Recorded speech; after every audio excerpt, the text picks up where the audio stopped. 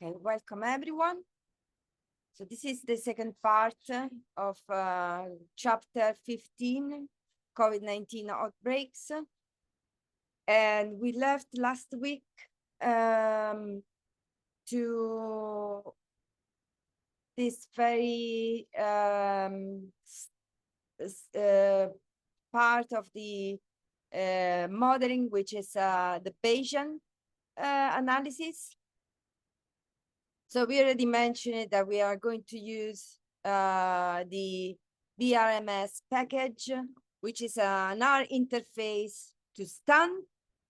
And here is the formula that we used inside the BMR function, which is the function that allows us to use STAN in R. Just briefly, because we haven't done it this last week, STAN is a software for Bayesian data analysis. And as you can see, is the syntax that is usually used is this one that you can see in this corner, in this right side of the panel, and but obviously, so this is you can get used to. I'm not sure about your experience with STAN, but as we are our users, we have this nice package that allows us to basically use STAN, but following the R syntaxes, as we know how to manage this type of things. So we have a function, and we list some arguments inside the function that the function allows us to use. And in this case, so you can get more information like question marks. You need to install this library, and that question mark via M, and you can get more information. But as you can see, obviously you need to be a bit of aware of Bayesian analysis. And in this case, so we need, as I mentioned last week, is set a prior, a likelihood. And this means to just assume a kickstart of the distribution, okay? That this distribution should start with a certain type of distribution, shape of a certain type of distribution. In this case, we assume that was a normal distribution, or normal distribution, and but it's not set, so it can be like a gamma, as I mentioned, a beta, whatever it is, and especially if it's an infectious disease. So that this is just a gentle introduction to get into this type of analysis. And then you said as well as the prior and things, so you sort of giving a kickstart of this of the future trends of this data. Okay. Here is very well, I'm not, so it's explained what's happened in the function and things. And then you can use, once you have the model, the Bayesian model, you can use the summary function and the fixed to retrieve the estimated parameters, as well as the standard error and the various upper and lower confidence intervals, which are very useful. Okay, so we have the R hat, and so all the things. And then as well, you can use the plot function on the Bayesian model, the model that we just built in here. And with this way, you can immediately have the output of the posterior. Okay, so the posterior in probability calculus, is the probability that an event would happen based on something that we know. Okay, so we start not from scratch saying what is the probability of something that would, appear from nothing. That we base our analysis on something that is already happened. So that is a posterior. So and we do set the kickstart with a prior level of the probability. So the prior, the likelihood, and then the output of the model is the posterior. Okay, so something like probability that something happened will happen based on something that already happened. Okay, so and here we have the lag. So what would happen under our assumptions within 7 days? And we have the standard deviation, so the residuals, the variation of the variance. Okay, so the error terms, let's say. So we can evaluate if this as still as a I'm not that. So we can evaluate those other parts of the output. Then we can use the predict function to estimate the values, okay, on new data. In this case, we have used the same data, but then you can use new data. Okay, so we have estimated the coefficients. Just need to clarify. We have estimated the coefficient, and then we predict the output based on the estimation of the coefficients. Do you have any questions?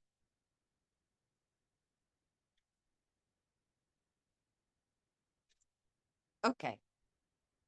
So here is a bit of manipulation and showing out how this model fits the data, which is obviously fits the data very well, even just like overfitting this data. Okay. And you need to adjust this for new data because we haven't used new data. We have used the observed data. So you need to split the data, training and testing set, which is something that is already in some senses done inside the this model, but then you can make sure you can do it with new data and check back and see how this won't be such as perfect as this one. Okay, and then calibrate your model.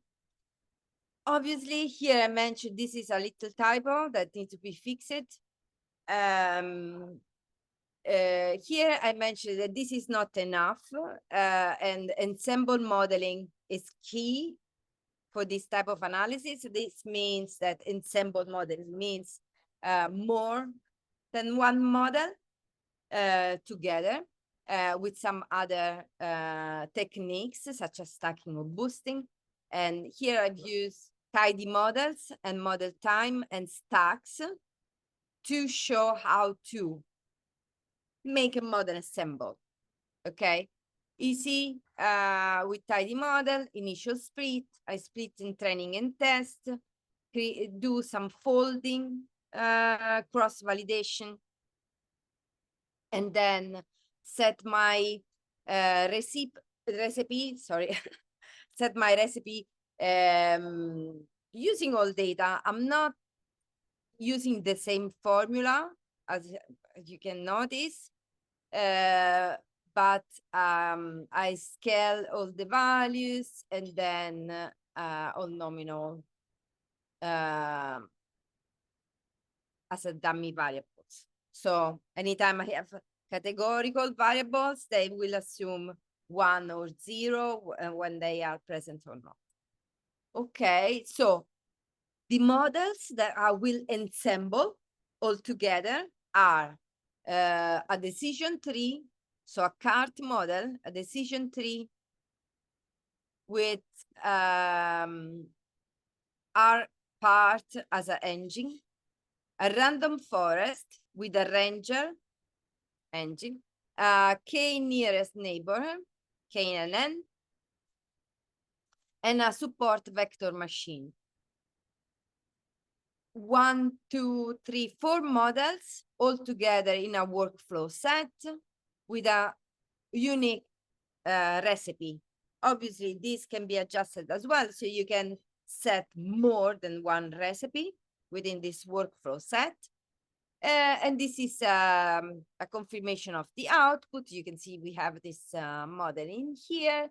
And what I do here is use library fine tune to race. So basically I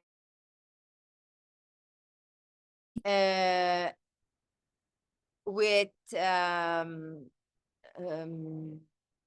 control race, and this is a procedure that is done in tidy models. You can see that basically this is an option that you set to make sure that then you can retrieve the prediction that is parallel over everything. This is a computational argument that save you time. So basically it make the computation faster within your computer and save the workflow as well to retrieve some part of the output. And then we use the workflow map and run a tune race ANOVA. So we feed all the models and then we run ANOVA with some grid. That means that we are not just running one each of these models, but we set up a grid, and so shuffle these models within different level of the parameters and retrieve the output. Okay, so collect the metrics of the race results.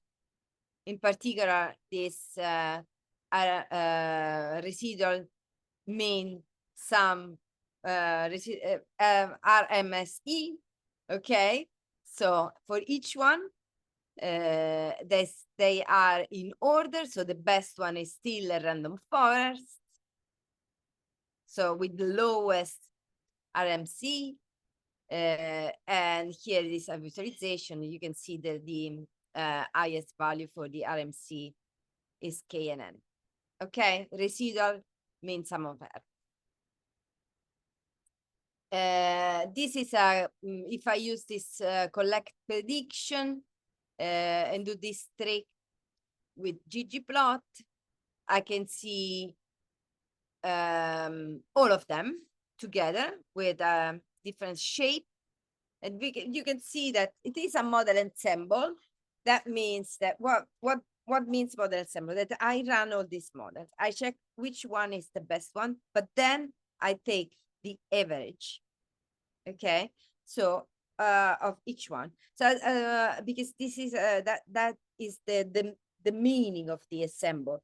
So I use all these models, and then I can see that they are all on average all good for our data, and so then I take an estimated value of the average of the result of each one. Okay. Okay, let's go forward. So I collect all the predictions, and as you can see, this is the infection, and this is the mean of the predictions.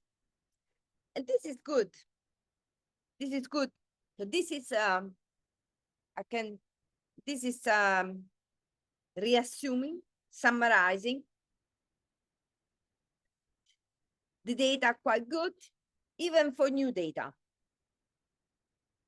Okay, obviously so they are techniques.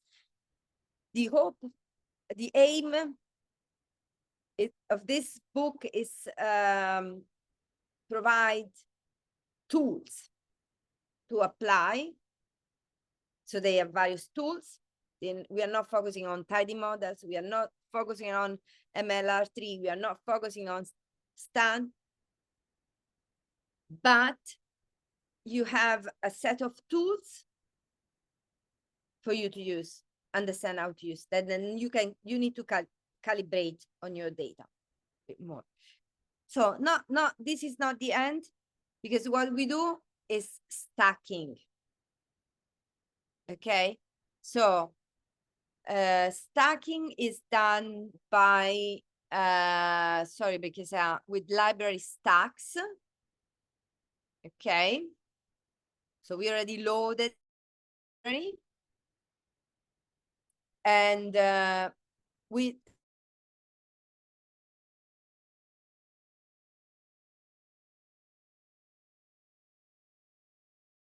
you need to start with the stack function and then add the candidates, which is not that difficult. Okay, so then you have blended all the predictions from our model ensemble here, and you have again a bit of summary of the results, and you can see that one is gone. It was about near 0, so it doesn't even mention it. And we have the support vector machine, the random forest, and the nearest k nearest neighbor here. And these are how each one with a penalty very defined. So this is decided by the model. I haven't specified anything. I can specify different levels. I haven't specified anything. So this is a basic usage. And then I fit these members and run the predict function. And so this is again, the output that would work in terms of prediction, even with new data. It doesn't fit perfectly. It doesn't overfit them much, and it would work on new data. Clearly, you can do better with different calibration of the parameters, different calibration of the cross-validation, the grid and things. And so this is the workflow you can use for model ensemble and stacking. Okay, you can combine multiple models and then stacking the predictions of each of all models with stacks. And that's it. So this is I can say that we can use this model to see in case of new infections and think about what would happen in the future. So you can integrate and calibrate your model. Okay, so the last bit is combination of COVID-19 and DALIs. I've used the GitHub repository of the Johns Hopkins and retrieve the cases, do a bit of data manipulation. And this is again all data manipulation. Then you can see what it's happening in general for cases and deaths by country. And here you have the code for making this nice visualization, just selecting the country that you want, giving an idea of the background and the differences, and then make a map. Here is a map, which turns out to be a bit small, but if you run the code, you can then have that in your machine, and you can like reduce the legend case size now that you have a bit of knowledge of data visualization. And here the with the circles shows you the total cases, the impact where the circle is with a larger diameter. You can see that more cases arise than in some location than other, and the color is the average case fatality ratio on a log scale. As you can see, it doesn't reach the top, so but it's around the 30% or something. Okay, what else I did it here is another plot where are selected just some of the countries that I was interested in, such as US, China, United Kingdom, and Canada. And here we can see that like 50% of every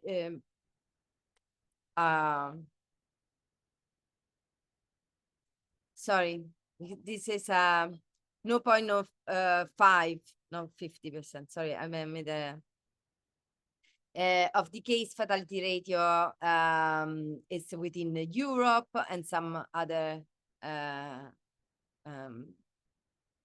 specific locations. Okay, so here there's a bit of selected the years lived, years of life lost. Okay, calculated with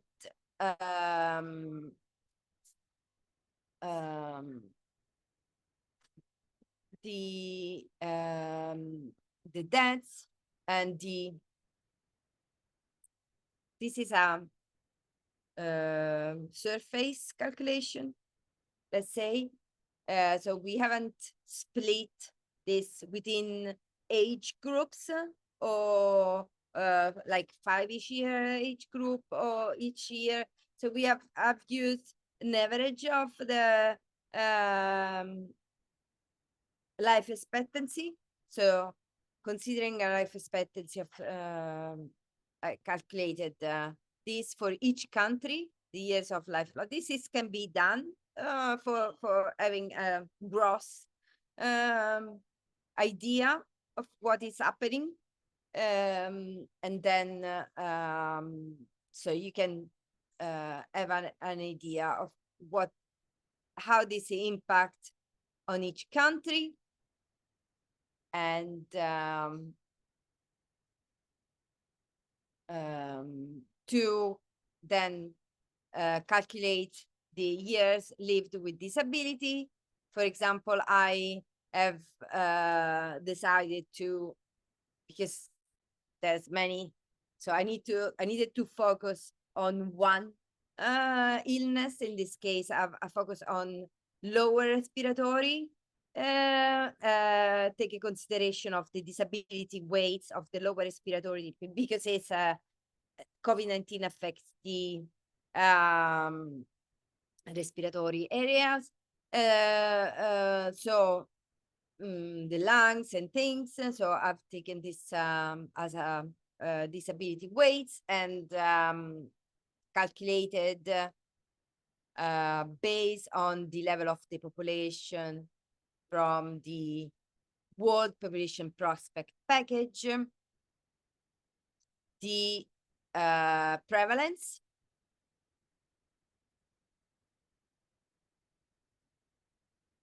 if you have questions, you can absolutely jump in and ask. Made for 100,000,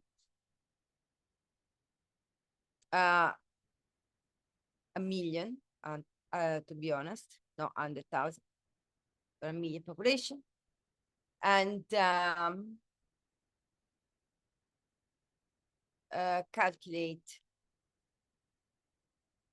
the, oops, I went a bit forward. Talking. So these are the disability weights.